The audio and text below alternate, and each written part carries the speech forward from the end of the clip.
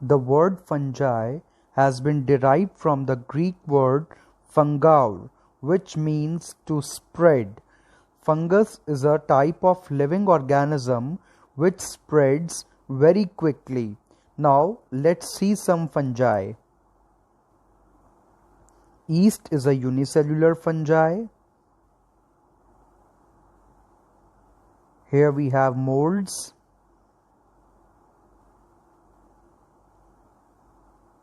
These are truffles.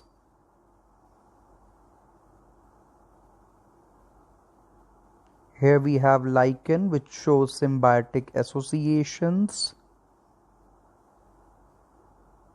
Fungus also causes diseases in humans and other animals too.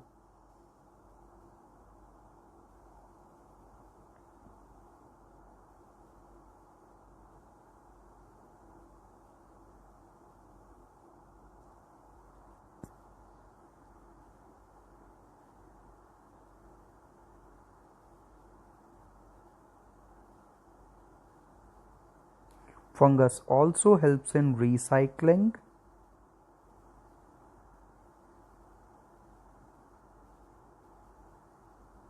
And the mushrooms are also used for eating.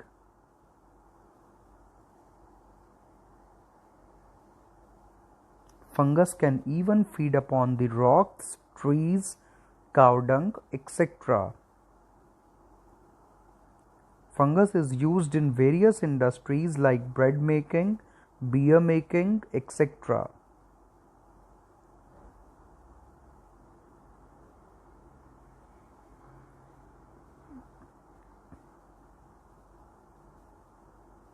Hello students, welcome to Virat's biology classes. Students, as we know, all the living organisms on earth are divided into 5 kingdoms by R.H. Whittaker.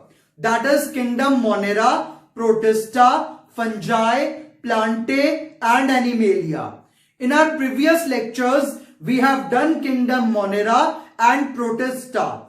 Today we are going to start the third kingdom, that is kingdom Fungi. This word fungi is derived from Greek word fungaur, which means to spread. ऐसा living organism जो बहुत तेजी से multiply होता हो, spread होता हो, वो कहलाता है फंगस. और अगर हम फंगस के कैरेक्टर्स को देखें तो फंगस इज ए क्लोरोफिलस, यानी कि इसके पास क्लोरोफिल नहीं होता है, ये फोटोसिंथेसिस नहीं कर सकता. So fungus is achlorophyllus, it cannot do photosynthesis. It is non-vascular, यानी कि इसके पास प्लांट्स की तरह जाइलम और फ्लोएम नहीं होता है. And it is heterotrophic, means it depends on other organisms for its food. It is not capable to prepare its own food. And it is eukaryotic living organism. तो fungus एक non vascular achlorophyllous eukaryotic heterotrophic living organism है. And it may be unicellular to multicellular. And there is a very important question of 1 mark for school and also for the NEET examination, that name one unicellular fungus. So we have 2 examples of unicellular fungus. Single cell वाली fungus के 2 examples हमारे पास हैं. Number 1 सिंसाइट्रियम and number 2 Saccharomyces. This Saccharomyces is also known as yeast, और ये नाम आपने कई बार सुना हुआ होगा. तो yeast is a unicellular fungus. तो फंगस एक unicellular to multicellular living organism है. इसमें प्रॉपर न्यूक्लियस होता है, इसके पास अपना कोई क्लोरोफिल वगैरह नहीं होता है, यह दूसरे ऑर्गेनिजम्स पे डिपेंड करता है फूड के लिए. Now let's do its other characters and history. So father of mycology. Mycology is the study of fungus. So study of fungus is known as mycology, and the father of mycology is Pier Antonio Micheli. So Pier Antonio Micheli is the father of mycology, and he was the first man to culture the fungus. इन्होंने सबसे पहली बार fungus को grow करके देखा था. And the next is father of systematic mycology. तो fungus की एक सिस्टमैटिक स्टडी को स्टार्ट किया था E.M. फ्राइज ने, and E.M. Fries has written 3 volumes of systema mycology. तो इन्होंने 3 किताबें लिखी थी सिस्टेमा माइकोलॉजी के ऊपर. So father of mycology is Pier Antonio Micheli, and father of systematic mycology is E.M. Fries. Now we are coming to its habitat. It is cosmopolitan in nature, means it is found in almost all the parts of the world. तो ये पूरी धरती के हर कोने में पाया जाता है, and on the basis of its living part, जिसके ऊपर ये रहता है, उसके बेसिस पे अगर हम देखें तो जो फंगस किसी ट्री की बार्क के ऊपर उगती है उस फंगस को कहा जाता है corticolous. And the fungus which grows on cow dung, जो गोबर के ऊपर रहने वाली फंगस है, that is known as coprophilous, and it is most important for your NEET examination कि fungus growing on cow dung is called coprophilous, and the fungus growing on wood is known as epixylic. Fungus growing on burnt wood is known as xylophilus, and fungus growing on keratin is known as keratinophilus. तो ये आपको याद रख के जाना है, और सबसे इंपॉर्टेंट इसमें से नीट के लिए है coprophilous fungus. And now we are moving to the structure of the fungus. So fungus body is generally haploid and thalloid, यानी कि इसमें क्रोमोसोम्स का नंबर आधा होता है. हैप्लॉइड कंडीशन पाई जाती है मेन ऑर्गेनिज्म में, एंड बॉडी इज थैलॉइड, यानी कि बॉडी रूट, स्टेम या लीफ इस टाइप का कोई स्ट्रक्चर नहीं दिखाएगी. Body is not differentiated. Thalloid body का मतलब होता है नॉट डिफरेंशिएटेड बॉडी. ऐसी बॉडी जिसमें अलग अलग पार्ट्स दिखाई ना देते हों. जैसे हमारी बॉडी में हाथ पैर सब अलग अलग दिखाई देते हैं, तो हमारी बॉडी एक डिफरेंशिएटेड बॉडी है, जबकि इसकी बॉडी में ऐसा कोई डिफरेंशिएशन नहीं होता है. And next is its cell wall is chitinous और फंगल सेल्यूलोसिक. तो ये भी बहुत इंपॉर्टेंट क्वेश्चन है नीट एग्जाम के लिए भी और स्कूल एग्जाम के लिए भी, कि फंगस की सेल वॉल कौन से केमिकल से बनी होती है. So it is made up of chitin, which is also known as hair fungal cellulose. और कुछ फंगस के अंदर जो सेल वॉल है वो केवल सेल्यूलोज की भी हो सकती है. And chitin is basically acetyl glucose amine. तो ये एक कार्बोहाइड्रेट जैसा सब्सटेंस है, acetyl glucose amine. And this chitin और fungal cellulose, it makes the cell wall tough and does not get it degrade easily. And its body is made up of tubular structure called hyphae, and network of hyphae is called mycelium.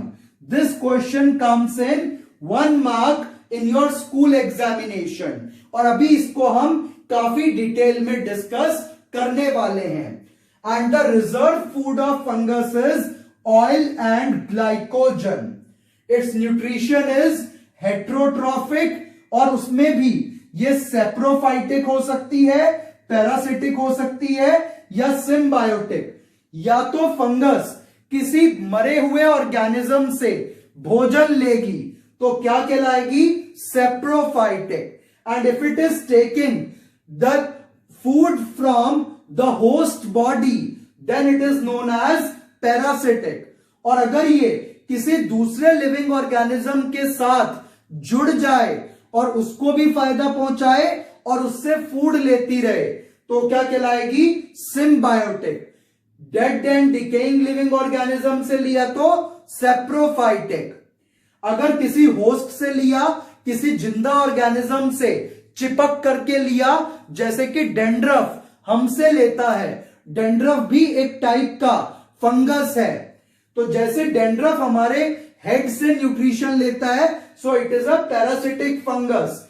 और symbiotic fungus क्या है, जो किसी और organism से चिपक जाए, जैसे कि फंगस एल्गी के साथ जुड़ जाती है और एल्गी के साथ जुड़ करके एल्गी से फूड लेती रहती है और एल्गी को प्रोटेक्शन देती है, तो उसे तब कहेंगे symbiotic. And reproduction it is having asexual and sexual both, as well as it carries out vegetative reproduction also. So the most important points are its cell wall, which is made up of chitin, and coprophillus, that is the fungus growing on cow dung. So these 2 points are very important. Then we have to study the hyphae and mycelium, and sometimes questions are also observed on reserve food, that is oil and glycogen, and nutrition is mainly heterotrophic, and in that also saprophytic nutrition is generally found, and reproduction is both sexual and asexual. And now we have to study the structure of cells of fungus. So if we are studying the cell of fungus, तो ये fungus का एक cell है जिसमें ये आ गई इसकी outermost boundary, that is cell wall.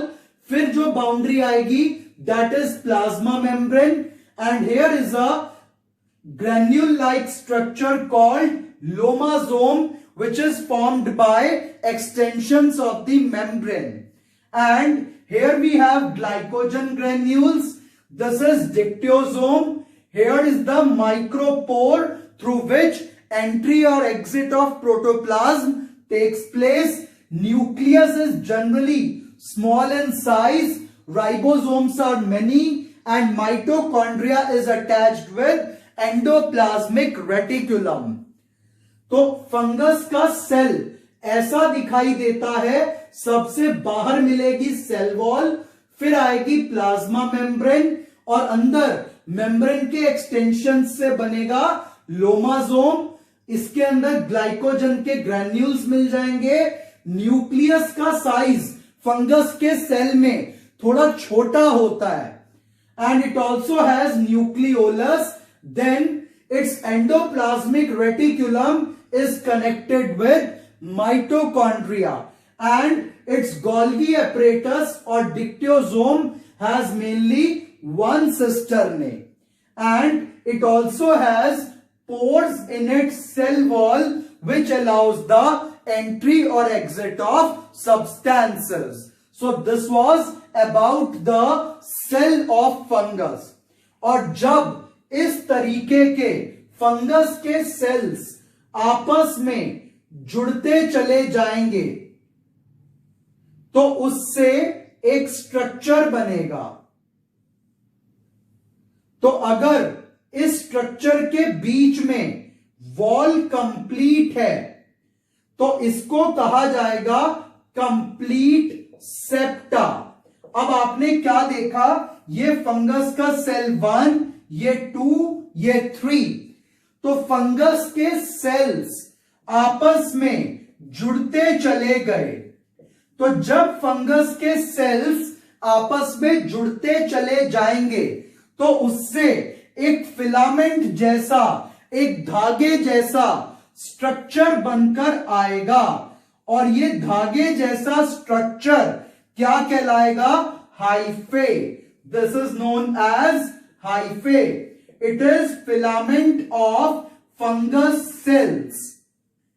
तो जब फंगस के सेल्स आपस में जुड़ करके एक धागे जैसा स्ट्रक्चर बना दें तो उसे कहा जाता है हाइफे ऑफ फंगस।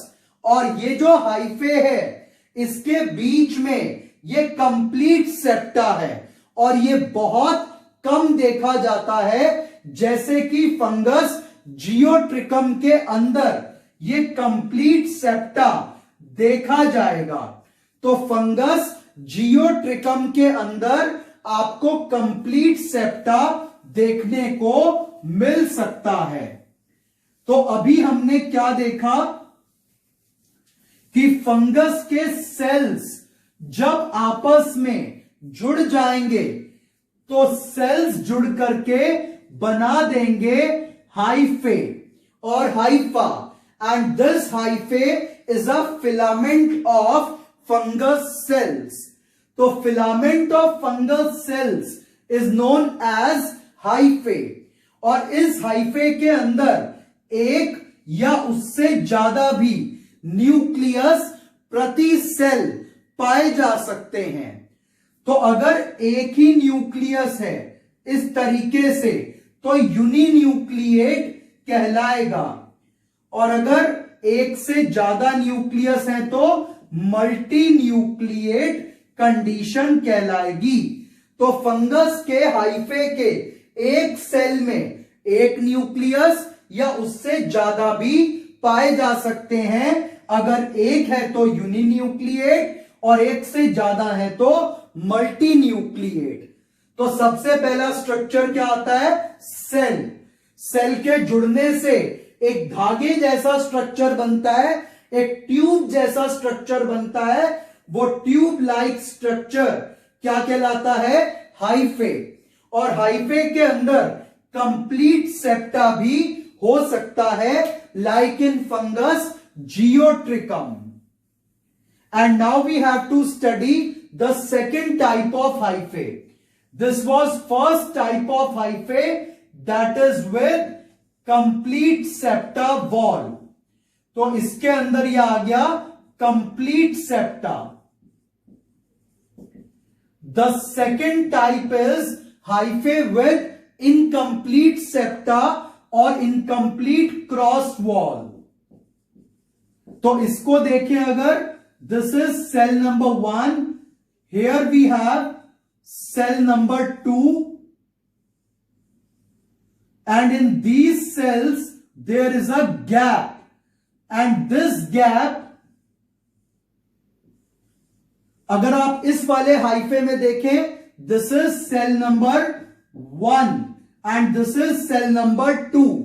और इनके बीच में ये एक नॉर्मल सी ओपनिंग है, तो इसे हम कहेंगे माइक्रोपोर।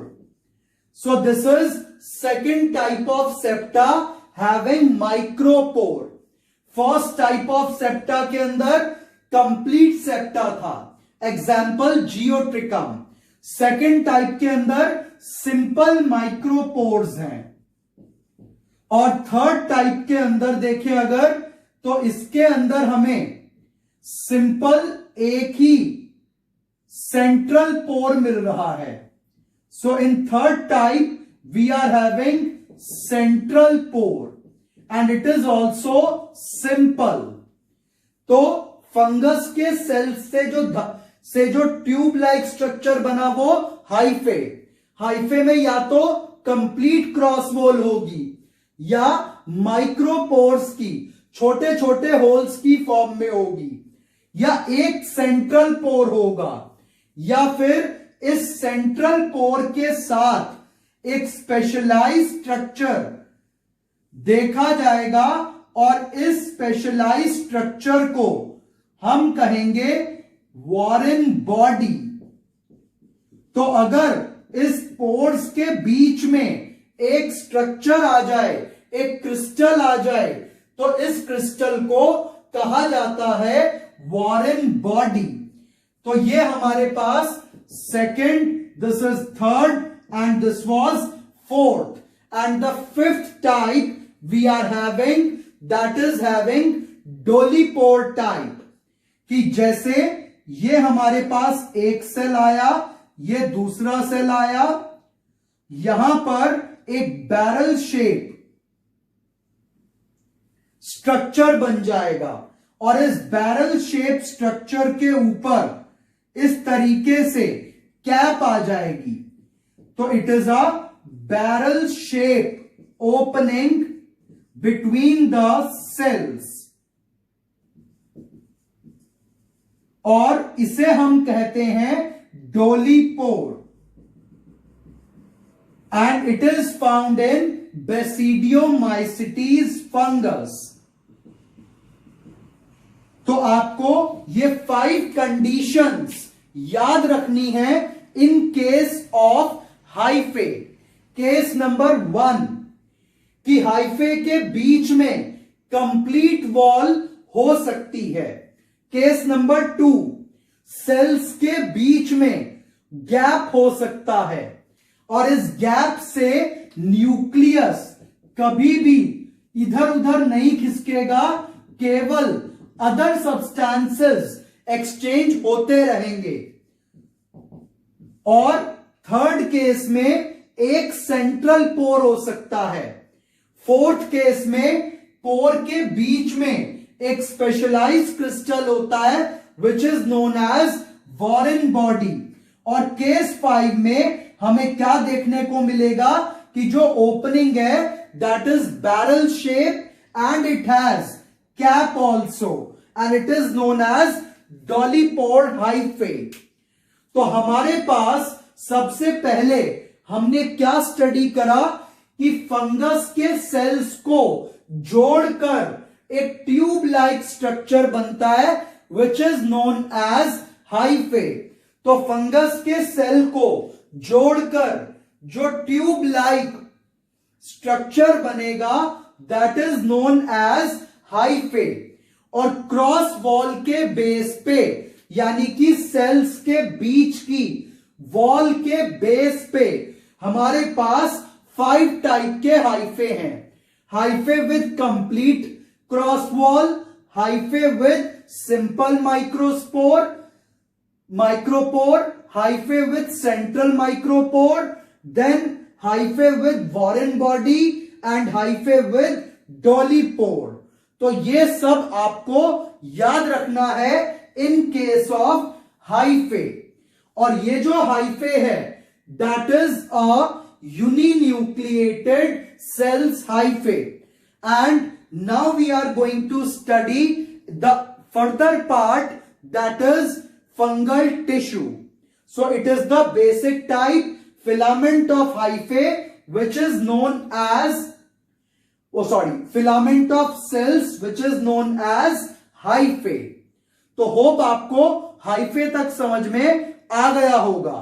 तो फंगस के सेल्स से जो ट्यूब लाइक स्ट्रक्चर बना वो क्या कहलाएगा? हाइफे। और अब हम समझेंगे आगे mycelium. So what is mycelium? The network of hyphae is known as mycelium. तो माइसीलियम की डेफिनेशन काफी इंपॉर्टेंट है। तो सेल्स का जो फिलामेंट बनता है वो हाइफे, और हाइफे का जो नेटवर्क बनता है वो कहलाता है माइसीलियम। तो अगर हाइफे के बीच में कोई सेप्टा आए ही ना, जैसे कि हमारे पास ये आज एक हाइफे है एंड इट इज एसेप्टेट, यानी कि इस हाइफे में ये 6th कैटेगरी है हाइफे की। इस हाइफे के अंदर फंगस के सेल्स जुड़ते चले गए बट उनके बीच में क्रॉस वॉल बनी ही नहीं, ये जो सेप्टा है ये बना ही नहीं, तो ये क्या कहलाएगा? Aseptate hyphae. तो जिस हाइफे में सेप्टा होता है, तो सेप्टा वाले हमने 5 टाइप्स ऑफ हाइफा करे हैं, and now we are doing 6th type of hyphae, that is aseptate, यानी कि विदाउट क्रॉस वॉल। तो सेप्टा वाले में क्रॉस वॉल होती है और इसमें क्रॉस वॉल नहीं होती है, and this is known as aseptate hyphae. And now suppose करते हैं कि ये एसेप्टेट हाइफे इस तरीके से ग्रो करता जा रहा है, और ग्रो करने से एक बॉडी बन गई, और ये बॉडी अब क्या कहलाएगी? माइसीलियम। तो fungus body is known as mycelium. और अगर ये एसेप्टेट हाइफे से बनी है, तो आपको इसमें बहुत सारे ये फ्री न्यूक्लियस नजर आएंगे, and therefore it is known as coenocytic mycelium और सिनोसिटिक हाइफे। अगर बिना वॉल के बहुत सारे न्यूक्लियस नजर आए, तो ये कंडीशन क्या कहलाएगी? एसेप्टेट सिनोसिटिक। क्या कहलाएगी? एसेप्टेट सिनोसिटिक हाइफे और माइसीलियम। तो अगर हमारे पास एसेप्टेट हाइफे है तो वो कैसा होगा? सिनोसिटिक। और हमारा माइसीलियम भी कैसा हो जाएगा? एसेप्टेट सिनोसिटिक। तो एसेप्टेट सिनोसिटिक का मतलब होता क्या है कि एसेप्टेट का मतलब है विदाउट क्रॉस वॉल, कि जिसमें क्रॉस वॉल ना बने, सेल्स बिना क्रॉस वॉल के ही मल्टीप्लाई करते चले जाएं और एक हाइफा बन जाए, और वो हाइफा और ज्यादा ग्रो करके एक बॉडी बना दे, एक नेटवर्क बना दे, और वो क्या कहलाएगा? Fungus body called mycelium. और ये किस टाइप का माइसीलियम है? Aseptate coenocytic. और अगर ये septate mycelium septate hyphae grow करते चले जाएं, जैसे कि ये एक सेप्टेट हाइफे है, अब इसने एक जाल बना दिया, तो ये जाल क्या कहलाएगा? ये जाल कहलाएगा हमारे पास सेप्टेट एसिनोसिटिक माइसीलियम। तो ये क्या कहलाएगा? सेप्टेट एसिनोसिटिक माइसीलियम, क्योंकि इसके अंदर एक सेल में एक ही न्यूक्लियस दिखाई दे रहा है, तो इसलिए ये एसिनोसिटिक। और माइसीलियम का मतलब क्या होता है? Network of hyphae. आप एक के बाद एक हाइफे को जोड़ते चले जाओ तो क्या बन जाएगा? माइसीलियम। आपने फंगस के सेल्स को जोड़ा तो क्या बन गया? हाइफे। हाइफे को जोड़ोगे क्या बन जाएगा? माइसीलियम। कितने type? 2 types, coenocytic and acoenocytic. Coenocytic में एक ही बॉडी में बहुत सारे न्यूक्लियस दिखाई देंगे, और एसिनोसिटिक में एक पार्ट में एक ही न्यूक्लियस दिखाई देता है। और ये आपको याद रख के चलना है। तो आपको क्या क्या ध्यान रखना है? फंगस के सेल्स के जुड़ने से जो धागा बनता है वो धागा क्या कहलाता है? हाइफे। और धागों के जुड़ने से जो स्ट्रक्चर बनता है वो क्या कहलाता है? माइसीलियम। एंड दिस माइसीलियम में बी सेप्टेट और एसेप्टेट, सिनोसिटिक और एसिनोसिटिक। और अगर हम फंगस के टिश्यू की बात करें तो उस टिश्यू को कहते हैं प्लेक्टन कायमा। तो फंगल टिश्यू को, so fungal tissue is known as plectenchyma, and this plectenchyma may be of two types, prosenchyma and second is pseudoparenchyma। तो फंगस का जो टिश्यू है जिससे कि माइसीलियम बनेगा, यानी कि हाइफे दो तरीके से जुड़ सकते हैं। अगर एक के बाद एक हाइफे इस तरीके से जुड़ते चले जाएं तो ये स्ट्रक्चर क्या कहलाएगा? प्रोजेनकाइमा। तो इसमें हाइफे एक के बाद एक ऐसे जुड़ते चले गए, और अगर ये आपको प्लांट के पैरेनकाइमा टिश्यू की तरह दिखाई दे तो इसको तब कहेंगे स्यूडो पैरेनकाइमा। तो फंगस के सेल्स से क्या बनता है? एक धागा, एक ट्यूब, जिसको क्या कहते हैं? हाइफे। हाइफे दो तरीके से जुड़ सकता है, या तो एक के बाद एक, तो क्या कहलाएगा? प्रोजेनकाइमा, या फिर वो प्लांट के पैरेनकाइमा टिश्यू की तरह जुड़ा मिलेगा और कहलाएगा स्यूडो पैरेनकाइमा, लाइक दिस।